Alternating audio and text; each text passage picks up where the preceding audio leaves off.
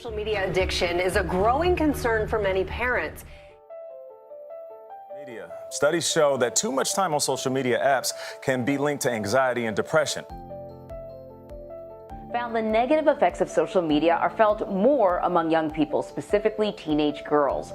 And many girls say that they know apps like Instagram are making them feel bad about themselves, but they can't stop using them.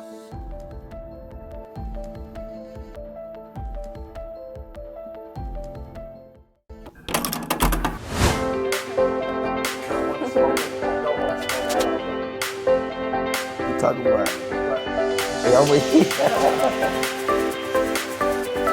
think it's really important because it's the way most people used to connect nowadays and learn new information. Current trends and like new information, like world events or anything like that. Because I know, like, at least at my school, like a lot of the clubs like use social media, and it's one of the best ways to get information out there since so many kids are on it. So that's definitely one of the pros, is it's much more easier to spread information and connect with people.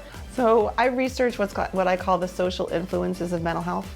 And the social influences of mental health focus on social connection, social support, social capital, social media, and social inclusion.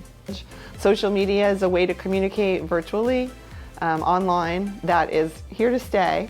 So we have to figure out how do we use it for good.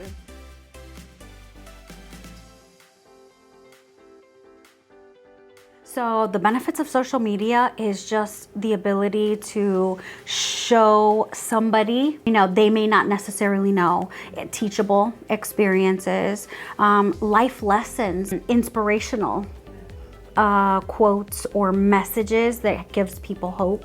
It also brings people together, and the word blended, I use that specifically because social media has been able to bring people together that wouldn't necessarily have the ability to be in the same place at the same time. And when you tapping into social media, you have the option to tap into what you're into. So if you're looking for some motivation today, you can tap into that. If you're looking for, more so self-care, but social media could be a problem. It could be like a new way to get the information.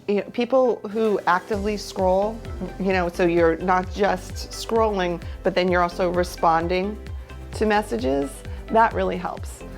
Because you're connecting with people and engaging with people. Now, hopefully it's a positive exchange and not a negative exchange, but that allows you to do that, finding out what's happening in your community so you know where to show up and when, or creating, that process for people is important.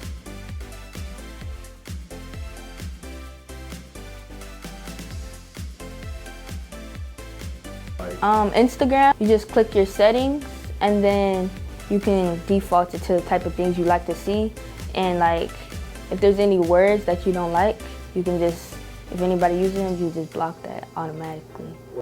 I would say number one, like it's important to keep in mind, like don't compare yourself to others. Like people are only putting out like a snapshot of their lives. So like even though everything may look perfect, it doesn't mean it is. So I think that's important to keep in mind.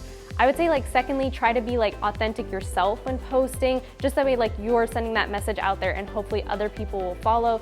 And third, I definitely say it's like important to like support others and communicate with others. Like if you like something, like then like it, heart it, like comment on it, or like even like message people through social media platforms to like build those connections in that like safe community. How can we be more inclusive of everybody in your social connections, with your social support, on social media, looking out for the greater good, not just what's good for me, but what's good for everybody.